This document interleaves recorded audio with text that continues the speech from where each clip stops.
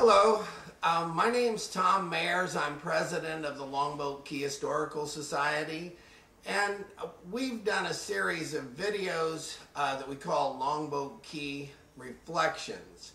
And we're lucky to have Kent Chetlain here today. And Kent has been a historian in this area for at least, what, the last 50 years? Yeah.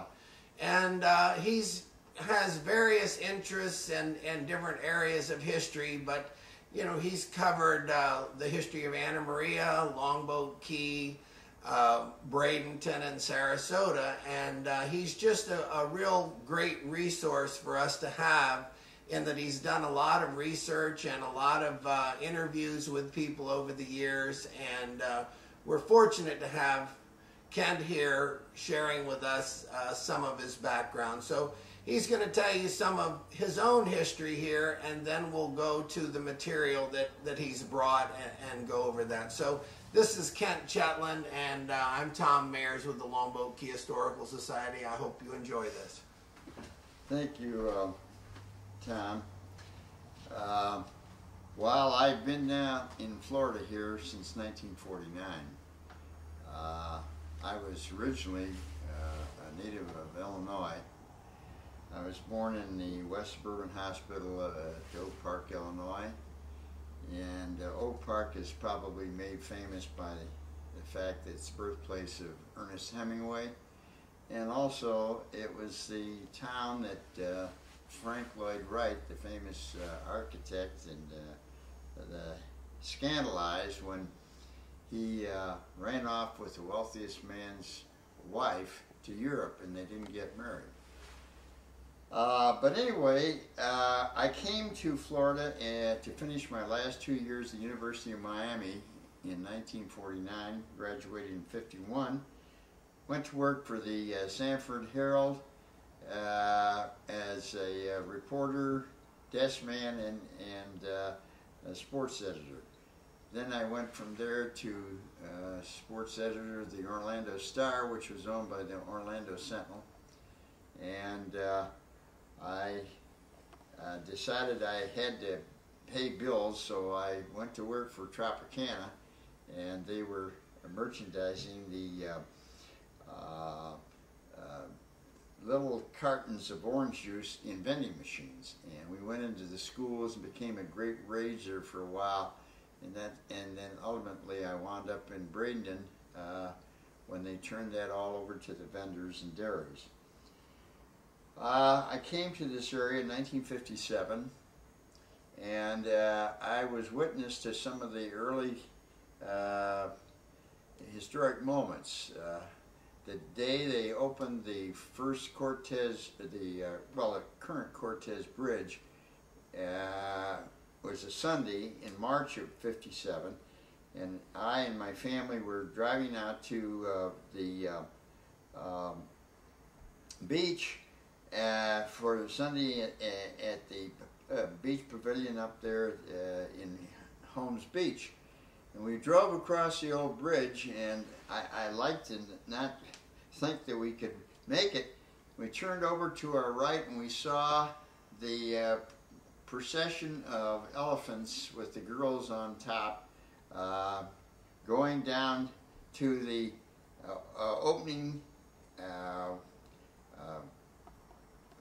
They had a ribbon cutting down there on the Bradenton Beach side where the toll booth was, and we passed through there going to the beach, and we saw the elephants approaching. And then after we got done at the beach that evening, we headed back and we went over the new bridge. So we went over the old bridge and the new bridge on our first venture here, and that was in 1957. And they surely need another bridge coming over here. And when I was a county commissioner, I suggested building a bridge from Cortez Road across to Coquina Beach, and thereby eliminating a terrible traffic backup that they have at the junction of Cortez Road and Gulf Drive.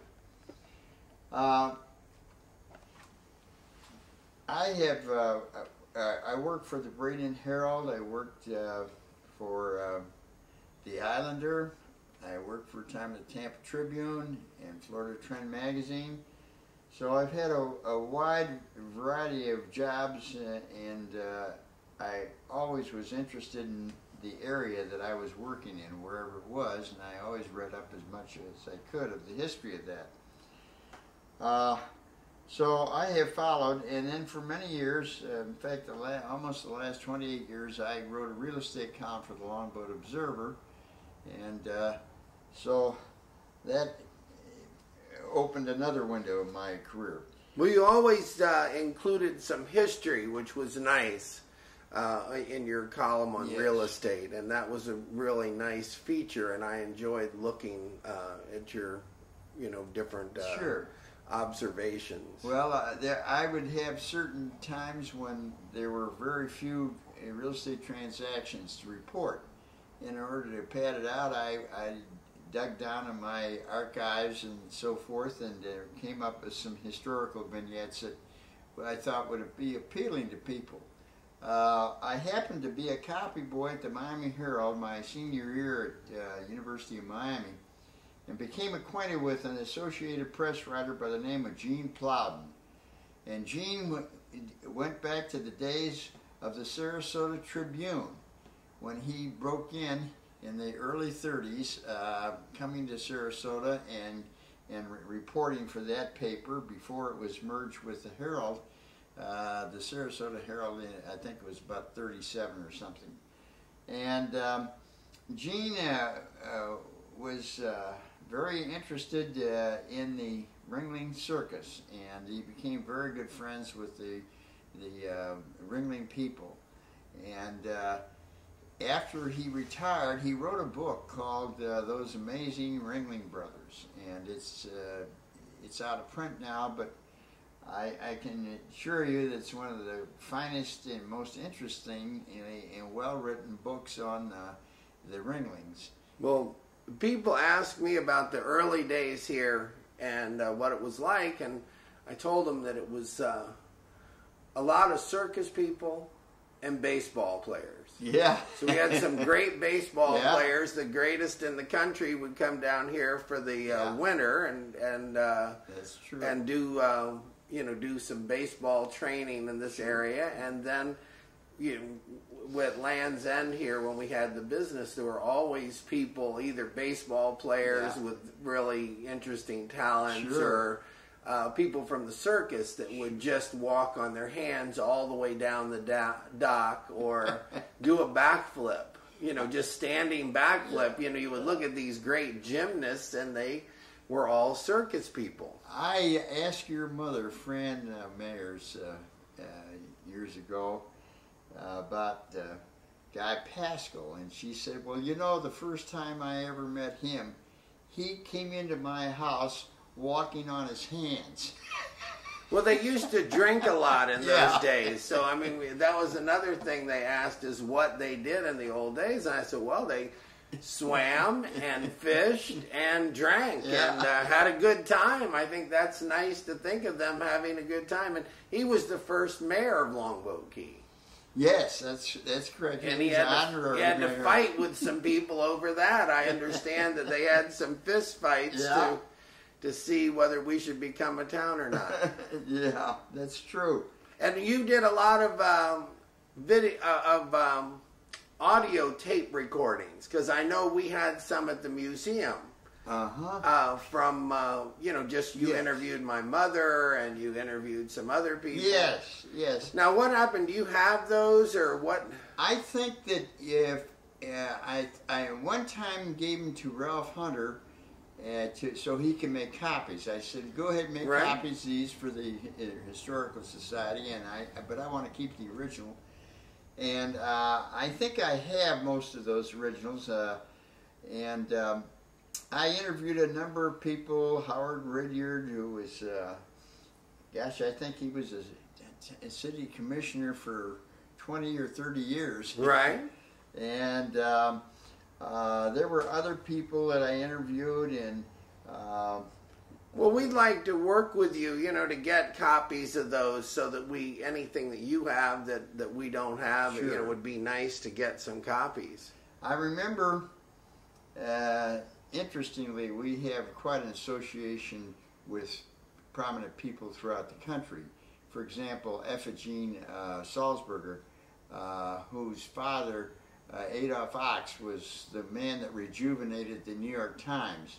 And she lived here, you know, in the winter towards her last years. And then we had Leonard Goldison of ABC, and they're just a myriad of people.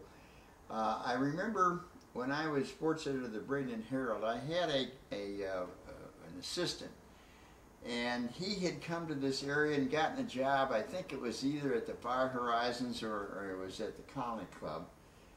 And a lot of prominent people would come in for a long weekend of tennis and sleeping and drinking too. And one of the ones that he told me about was Clifton Daniel, who I think he had an executive position with the New York Times, and he was married to Margaret Truman. And he used to fly down on like a Thursday, and he'd take a cab and he'd come out to the beach, and he would spend the entire time either playing or eating or drinking, and then on Sunday night, the cab would take him back to the airport for his flight back to New York. Well, that's one of the charms of Longboat Key, is that you're really, you know, less than half an hour from a major airport, so that people could fly in here from all over the country.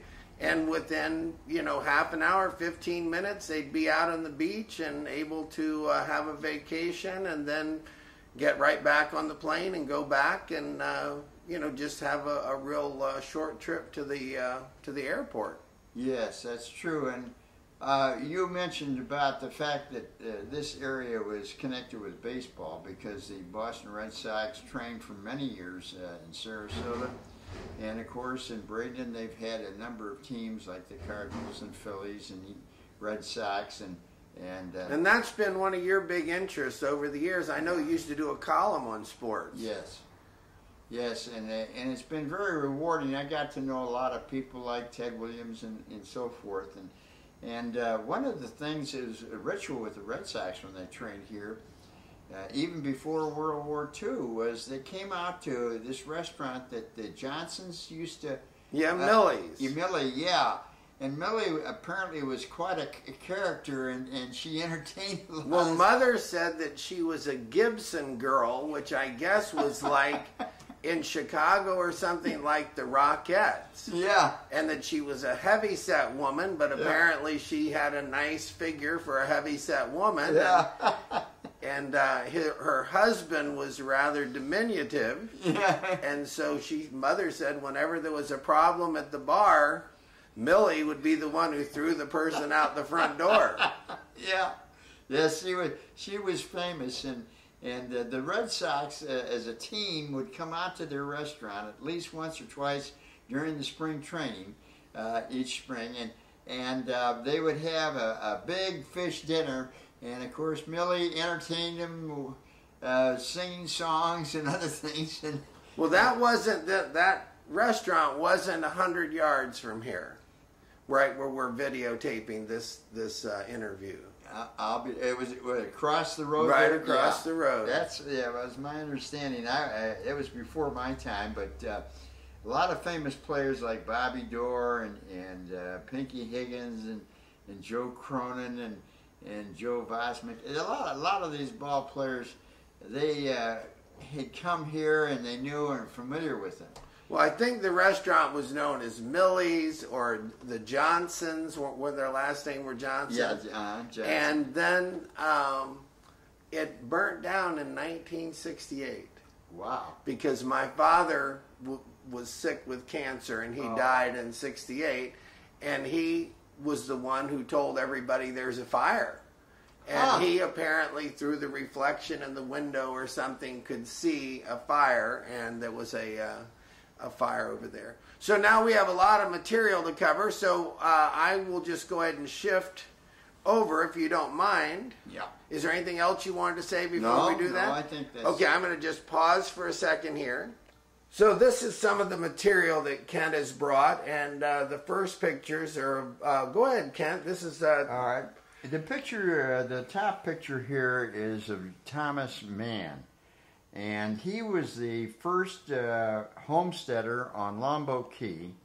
He proved up in 1891, and he was a native of Indiana, I believe Noble Township in Shelby, Indiana.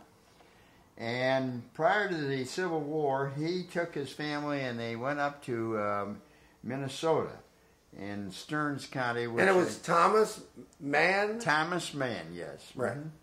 And the first official settler that Right. we know of, a European. There were probably camps of Spanish back in the Yes, days yes. when the Yes. Cuban fishermen came up Right. here. They had ranchos, but this was the first settler at the north end of Longboat Key. Yes.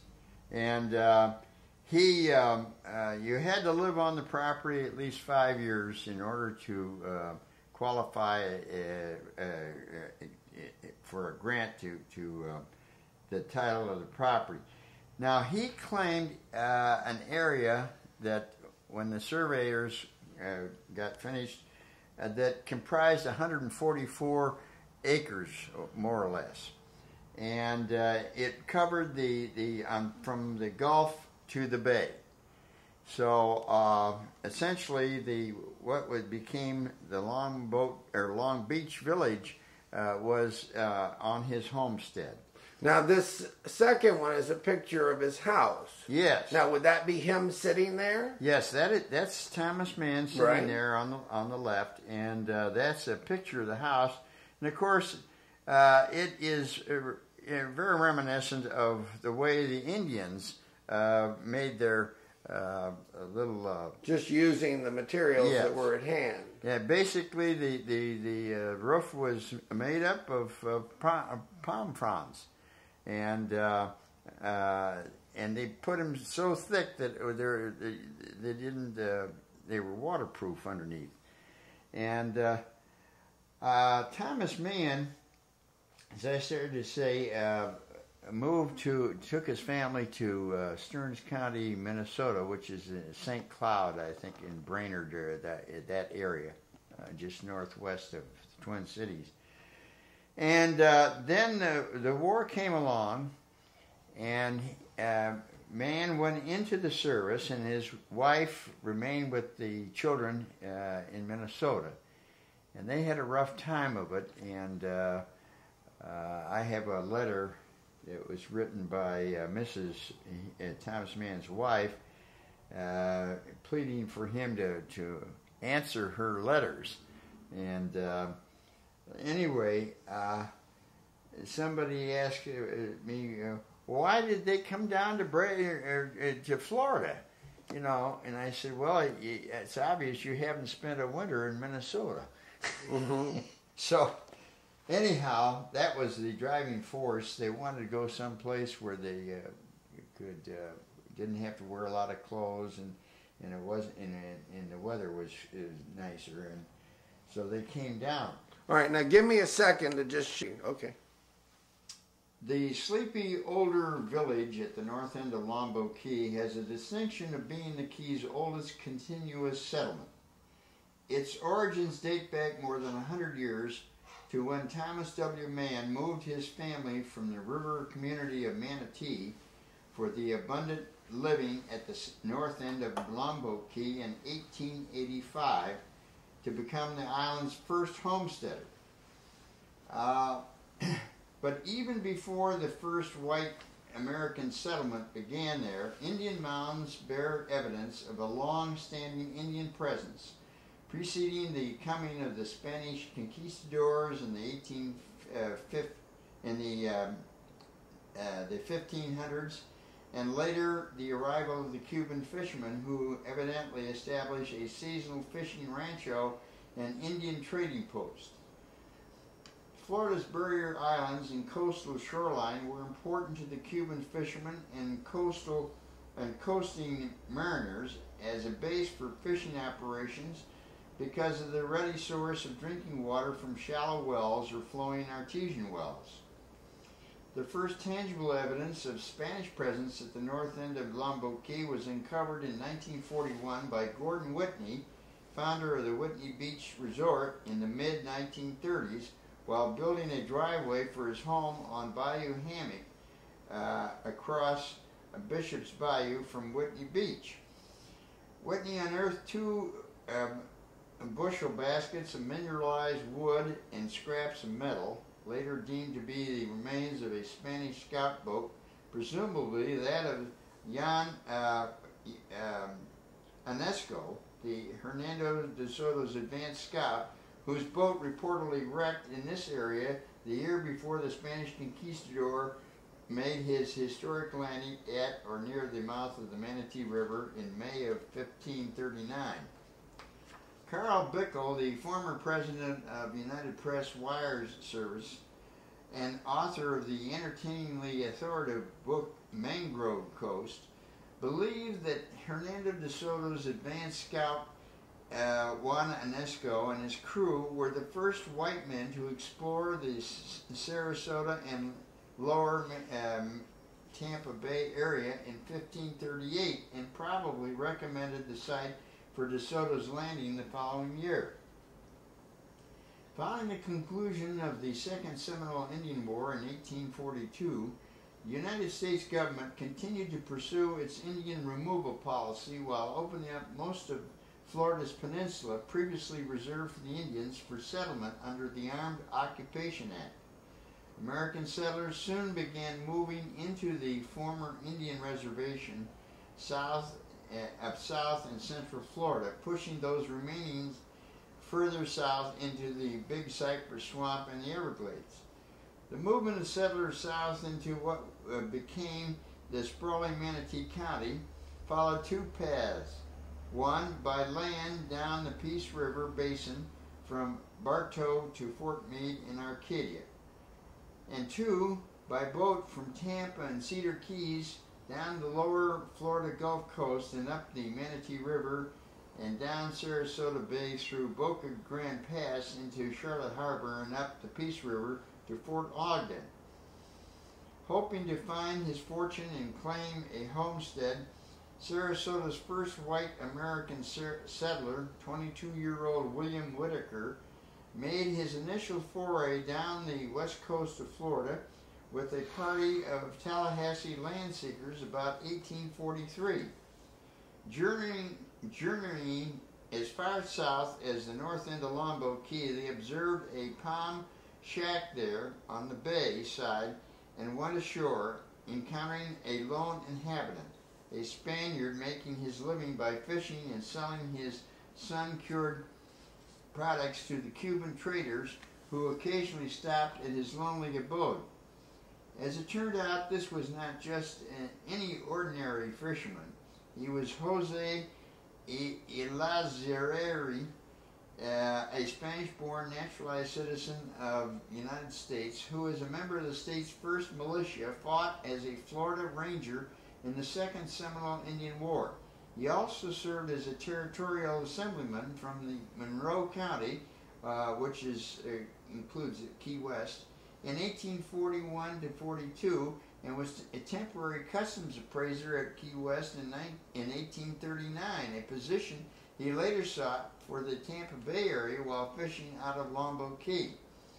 Later, both Elzardi, I'll have to master that, and Whitaker would wind up filing claims for homesteads across Sarasota Bay in today's Sarasota at the conclusion of the Second Seminole Indian War in 1842.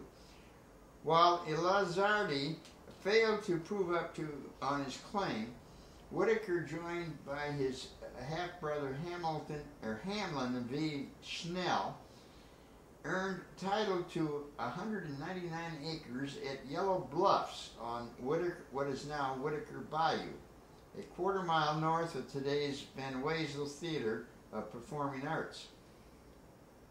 Whitaker became Sarasota's first white settler by living and farming on his claim. this was no easy task, as Whitaker would discover, when on the evening of September 22nd, 1848, a severe hurricane roared in off to the Gulf of Mexico, washing over Longboat, Lido, Siesta, Anna Maria, and Egmont Keys, and all barrier islands before slamming across the Florida mainland. In its wake, 2 passes were cut through barrier islands off the then giant Hillsborough County: Johns Pass at St. Petersburg Beach and New Pass in Longboat Key. Hunkering down that night in his log cabin on Yellow Bluffs, William Whitaker rode out the hurricane as the high waters, driving rain, and roaring wind gusts swept waves over Longboat Key and across Sarasota Bay, lashing the banks of Yellow Bluffs on Whitaker's bayou and blowing down trees all around. Recalling the events of that harrowing night, pardon me, Whitaker told his children years later, "I didn't believe I would live through the night. The logs in the wall groaned as they were in agony.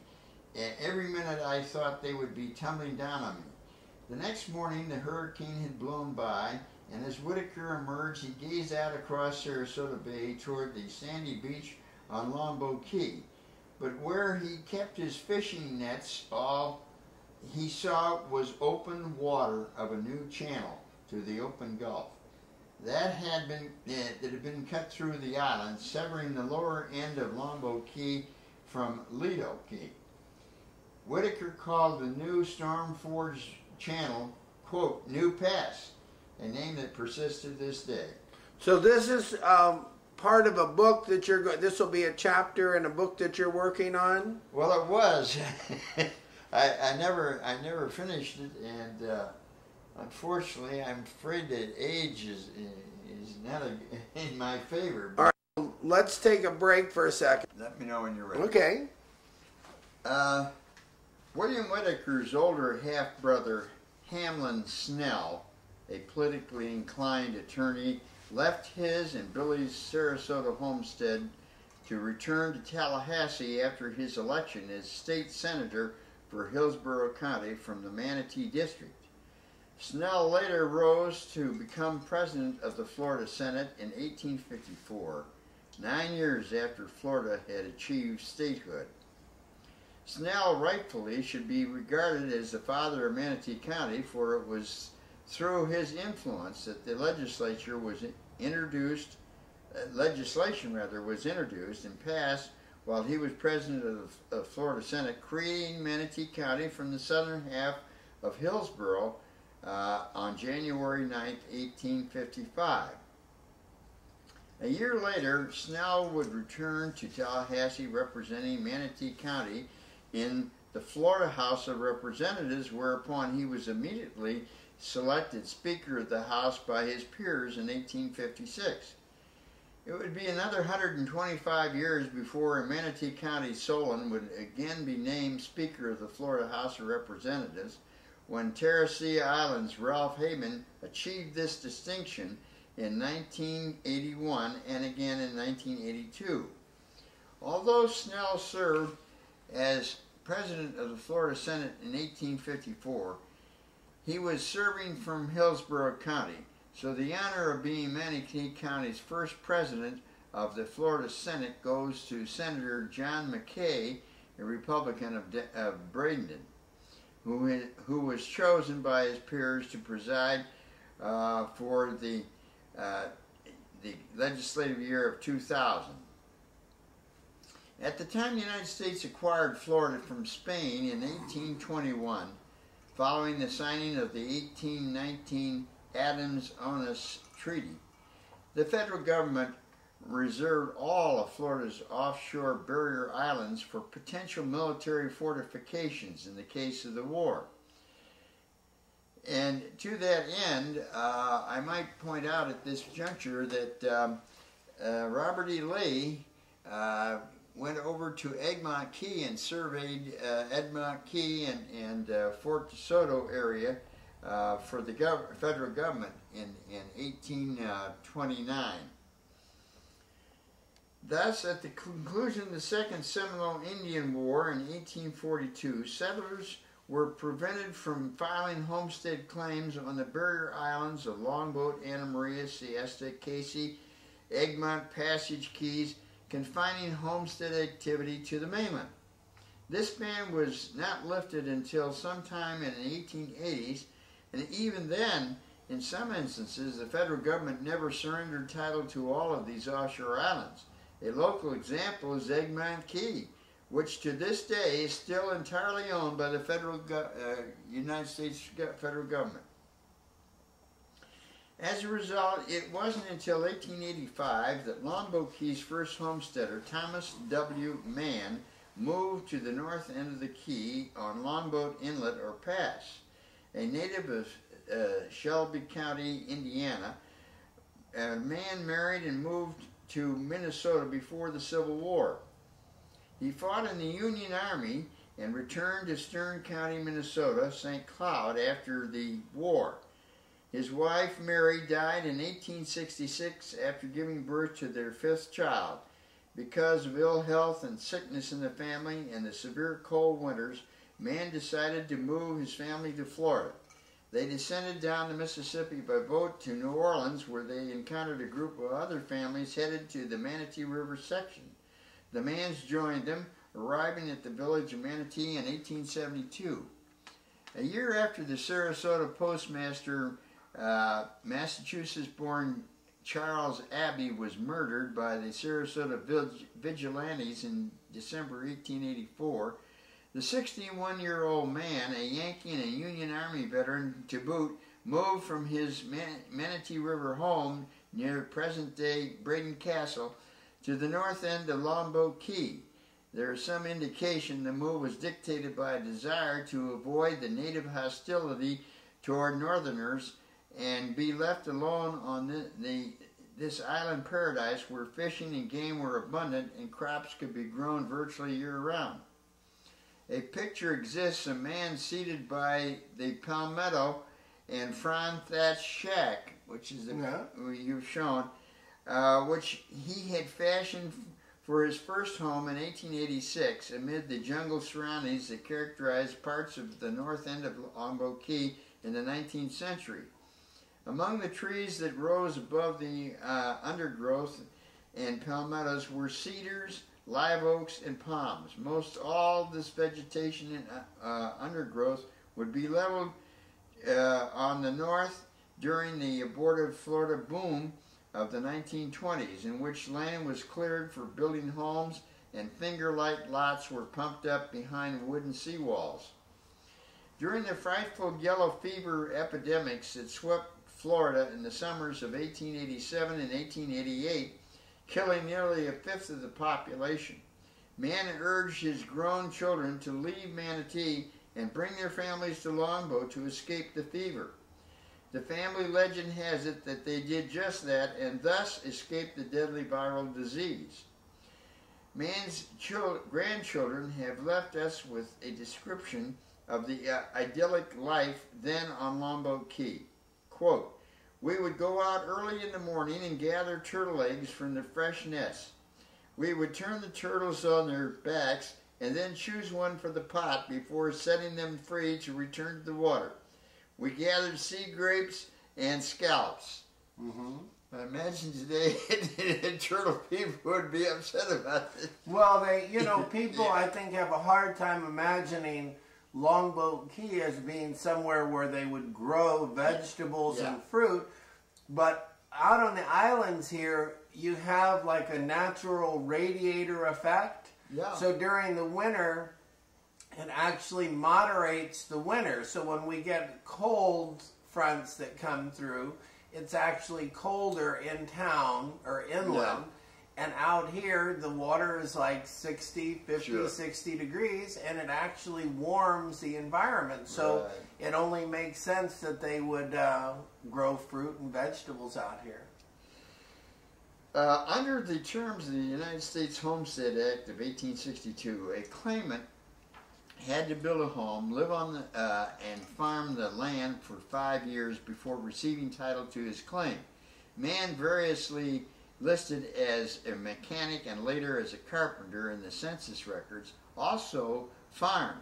He gained title at, or as they said, proved up on his Longboat Key homestead by August 26, 1891. It encompassed the northernmost 144.47 acres of Longboat Key, with frontage skirting along the Gulf of Mexico, Sarasota Bay, and the entire south side of Longboat Pass, or Longboat Inlet, as they sometimes called it. Well, Thomas Mann was the Longboat Key's first homesteader. The first person to actually acquire title to land on Longboat was William J. Parrott of Kennebunkport, Maine. He purchased 124 acres from the Florida State Board of Education for $1.25 per acre, or a total of $155.89 on May 10th, 1883. Imagine $100.25. Well, when my ancestor John Sabries bought land down here, everybody in Tampa thought that he was crazy, you know, because they said, oh, you know, you're buying just swampland, and there's no, you know, mosquitoes, no hospital, there's mosquitoes, and so they couldn't understand, you know, people buying land down here because, you know, they thought Tampa was the latest thing, you know, the city of Tampa. So it's interesting how people looked at it. Right. The property that Parrott bought was where today's Water Club, Promenade, Beach Place are today, and ran back to Sarasota Bay in today's Bay Isles. And there is no record of Parrott ever living on the property, but evidence he sought to make money reselling it, which he and his wife, who later gained power of attorney, subsequently did. To put it in perspective of the time, Longboat Key was an uninhabited wilderness in gigantic Manatee County, which then was the size of the state of Connecticut, stretching from the Gulf of Mexico clear to the Kissimmee River and Lake Okeechobee, and bounded on the north by the present Manatee-Hillsborough line, and on the south almost to Fort Myers. There were less than 4,000 residents in this mammoth Manatee County. Probably most of them were Indians.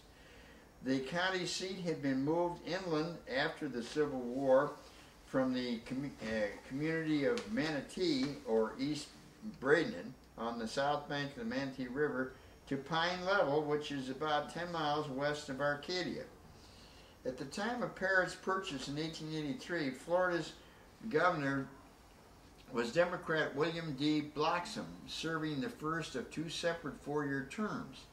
Chester A. Arthur was President of the United States, serving out the last 3 years of James A. Garfield's term after his assassination death on September 19, 1881. 7 years later, Parrott and his wife, Georgette G. Parrott, now living in Boston, Massachusetts, purchased the adjacent 168 acres south along the Gulf and the bay down to New Pass on July 18, 1890, by depositing $210.38 into the registry of the General Land Office of the United States Government in Gainesville, Florida. They again bought the Longboat Key property for a bargain $125 an acre, as provided for under the Act of Congress on April 24, 1820. The waterfront property is located on U.S. government lots 2, 3, and 4 in section 22 of Township 36 south of the Tallahassee Meridian and range 17 east of the Meridian.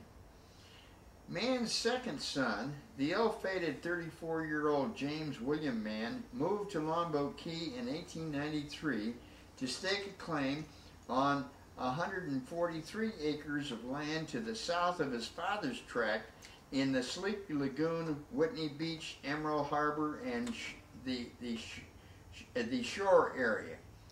James Mann fulfilled his 5-year residency, gaining title to this, the second Longboat Key homestead, on December 28, 1898.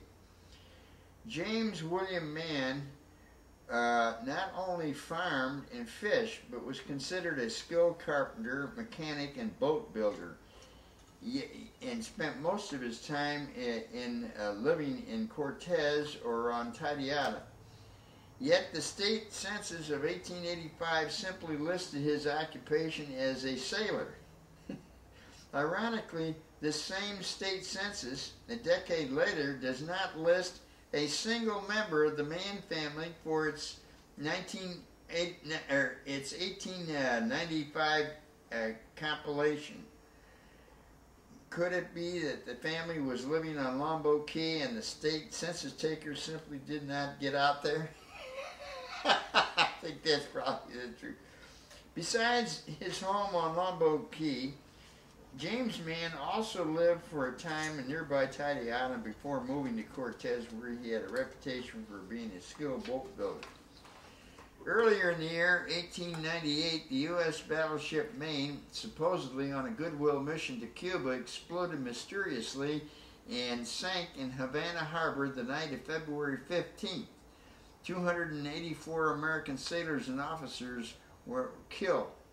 The shocking news, exacerbated by the raging newspaper circulation war between Joseph Pulitzer's New York World and William Randolph Hearst's New York Journal, gave rise to the battle cry, "Remember the Maine," and culminated on April 24th with the United States Congress declaring war on Spain. In between the sinking of the Maine and the declaration of war, Thomas Mann and his second wife, Lucienne Mann, sold their original 144-acre homestead on Longboat Key on April 2nd, 1898, to a wealthy Ocean Springs, Mississippi woman, May, or sometimes known as Mary, E. Podevant, and her husband, June Podevant, reputedly a one-time Mississippi River boat captain. The sale price was $500, or $3.46 an acre. The Podevants had been speculating in Florida property since 1883, buying land in the parish area and a large tract at the mouth of the Manatee River on Sneed Island, where the large Indian mound was later named for them, today's Podevant Mound. In June 7, 1907, 2 years after Longboat Key's first homesteader, Thomas Mann, died, his second son, James W. Mann, and his wife, Elizabeth, sold their Longboat Key homestead to J.M. McMullen of Hillsborough County. McMullen paid them $800 for the 143.5 acres, Gulf to Bay, or $5.58 an acre. At the time, Jim Mann was dying of a mysterious infestation of worms which had sapped the strength of his once robust fisherman boat builder. Unable to work very much, Mann had little choice but to sell his Longboat Key property to support his wife and 5 children. Tragically, James Mann died the following year while his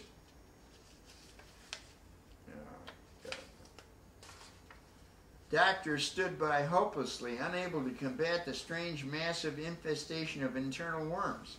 By the time of the sale, the worm infection had spread to a man's brain, causing his death in the fall of 1908 of, quote, bulbar paralysis. Mann's extraordinary worm-caused death was reportedly the first of its kind recorded in American medical history. In lay terms, the species that killed him was an embryonic form of flesh-eating tapeworm. It was called Sparganum prolifium gateus in honor of Dr. Hubbard Gates of Bradentown. So I'm going to show the picture. Yeah. I just have to shift it around a little bit. That's okay. I've got it. Okay. And so this is not a real fancy Hollywood production here. I just have to kind of do the best I can with what we've got.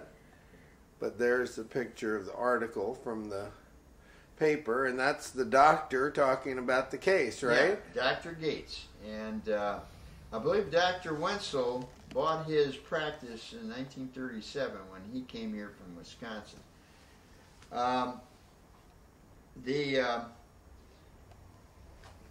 So that was not that uncommon that people got worms, but for somebody to die of it, yeah, back in those days, that was pretty unusual. There was a rumor that there was somebody else about this time that had contracted the same symptoms and had moved to California, but they had no record of whatever happened to the person, and so they...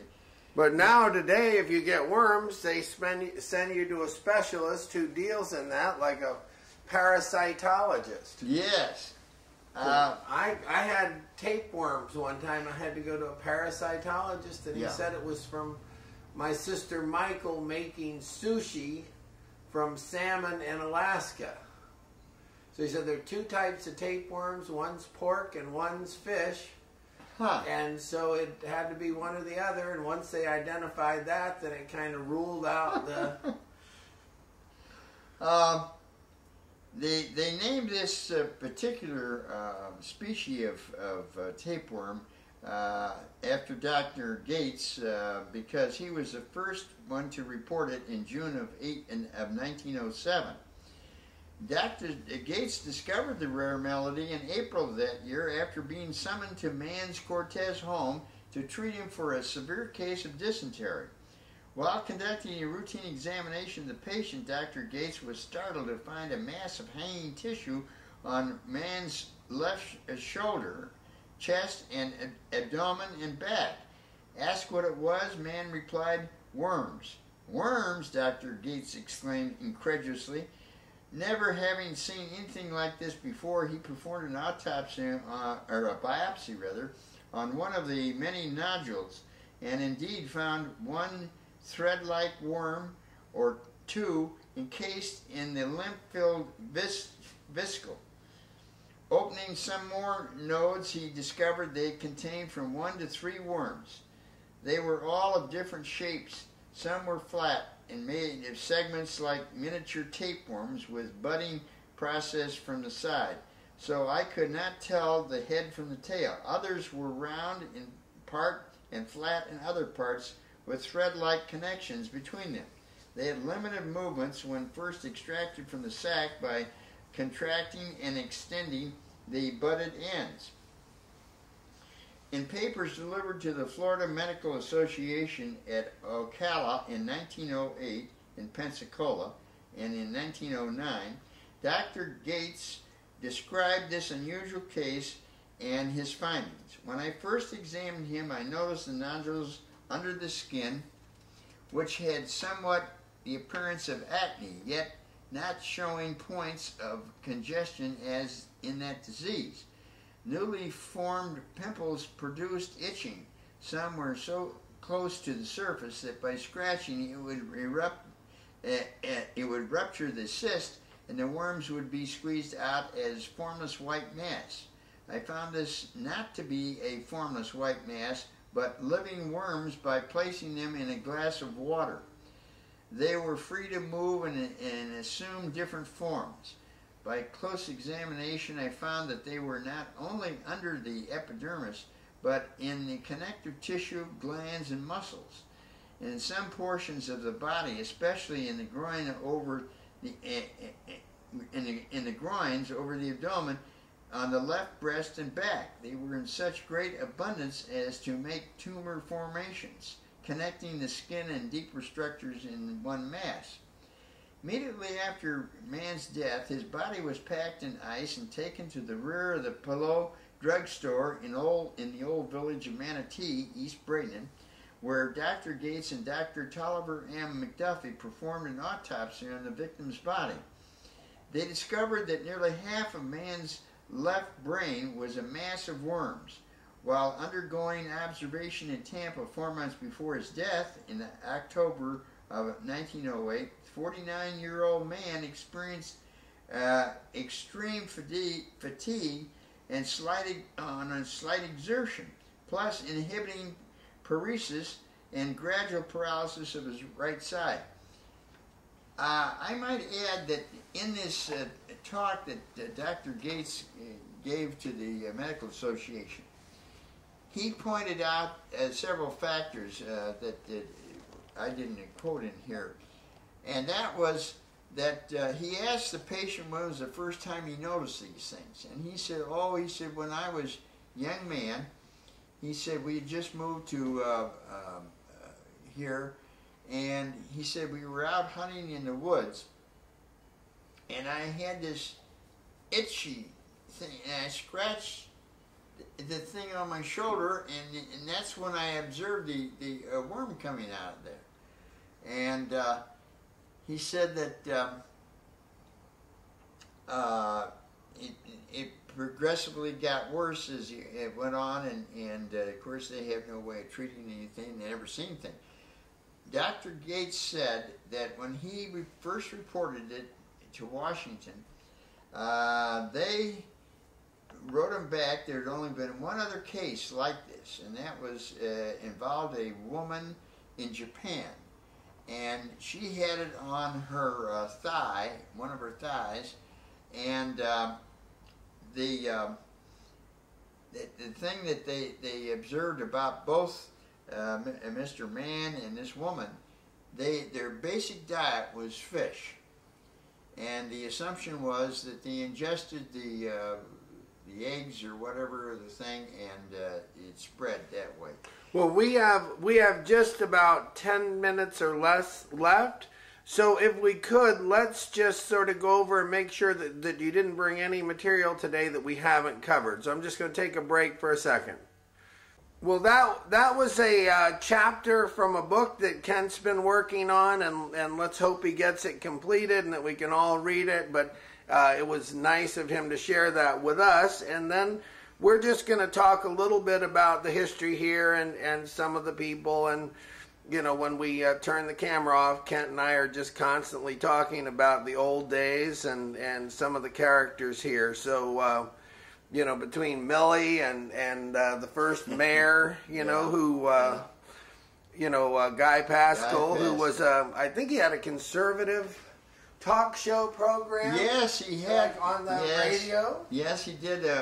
I think WSPB down there in Sarasota, and but he was more than that. He was a lawyer. Right. Wasn't he an inventor or yes, something? Yes, he invented Airwick. Just messing around, and what brought him to our area was there was a certain type of pine tree that grew down here that he had to have to get, I don't know, the sap or whatever, right, and to put in his formula. And so he said he... so this is Guy Pascal. Yes, Guy Pascal, yeah. And he was one of the funniest and most remarkable guys. Well, he had to be physically fit to to walk on his hands all weekend, and to and his wife was striking. She was an Oriental woman. And, she was, I believe, Melanie, wasn't it? Melanie Pascal, yes. And you know, I wouldn't be a bit surprised. Very pretty. Oh yes, and she's, I think, still alive. Yeah, I think she's in some sort of a you know, home over in Sarasota. Yeah. Retirement home. I really ought to look her up because she was always so gracious, and they made a great team together. And he also did some experimenting, did some work in air conditioning. Well, one of the stories that was, I thought, one of the most heartwarming stories that I remember about Guy Pascal was, you know, that he had come over here, and there were so few people on the island that they must have had a coconut telegram. I don't know if they had like you know, like telephones back in those days, but somehow they would communicate with each other that they had some fish, or that they usually at all who caught the last big batch of fish. So Mother, one of her stories that she told was that Guy Pascal had this house that he built in the middle of an island, Yeah. that was called, it's now Hideaway Bay. Yeah, but he Could be named Wake it, Island. He named it Wake Island. Right. And all of the mud flats out there, he called them Piscatory Islands. Yeah. Well, they're full of scallops and beautiful, good fishing. You know, Yeah. it's a great area. And he had this house that had a basketball court in the middle of the house. Did you know that? Yeah, and he also had a swing, and it was a two-story swing. Yeah, and they had balconies on either end of this big house, open house. It was like a barn. Yeah. And they had, at one time, a grand piano on each balcony. So he had friends from New York that would come down that were pianists, and Sure. they would have these duets, you know, playing the grand pianos. And so, but this story is that Mother says that she was invited to dinner there, and that they went to dinner, and then after they had dinner, they had the spotlights on outside, and they would put the plates, you know, that they were through with dinner, they would put the plates outside, and then they would all have after dinner drinks, and through the big picture windows watch the raccoons clean the plates. And so I thought, well, boy, that was, you know, you had a dinner and a show. But just the simplicity of those days, I think that was the charm, was that everything was simple. And, Yeah. you know, I'm sure that there was as much going on here as anywhere, you know, like Peyton Place. But, you know, you really just didn't hear that much about No. it. You know, people were more respectful of each other, and just everybody just kind of lived their life here and had a nice time, and it was a nice place to live. Well, you know, and so many things started spontaneously. For example, the night that the clubhouse, or what became the Buccaneer Inn, Right. General Harris, Right. the thing. Well, they had the fire down there. They didn't have a fire department, obviously, and so right then they decided that they would get a fire department, and they went down and you know. And Well, were you telling me the story about how they had gambling at the Buccaneer Inn? oh yeah. And then how the Yeah. Manatee County Sheriff didn't know what to do because there wasn't a bridge, and they Well. had to go through Sarasota and come up and sneak up and... That's right. Earl Moore, who was a photographer with the Herald Tribune at the time, later on wound up at the Braden Herald in the engraving department, and he told me this story himself. He said that there had been rumors that, and I imagine started by General Harris, knowing his character, they had gambling up here. Right? And they had the tables and all this kind of stuff, and of course it's illegal. And so somebody came in and told Mr. Lindsay, who owned the Herald Tribune Right. at the time, and so he alerted the newsroom and everything. He said, "Let's go out there and get some pictures and so forth and get a story."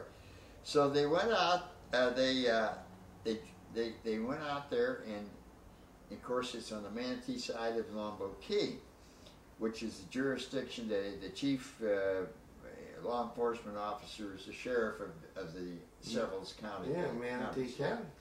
So anyway, they went out there, and Earl would go up to the window with nobody from the outside, and it was all quiet, you know, and he got pictures of the gambling going on there. So they ran him in the paper the next day, and of course all the papers started bombarding Sheriff Baden. Roy Baden was the sheriff. And what are you going to do about it? Well, he decided to have a raid that night, and he raided him and confiscated everything, and nobody knows what it ever became of everything. But it was quite a interesting time in those days. It was simpler, but they found things to do. Well, let's just hope that we can get together again and continue the conversation. And we just thank you for your time, Kent. And thanks for all the work you've done all these years with the historical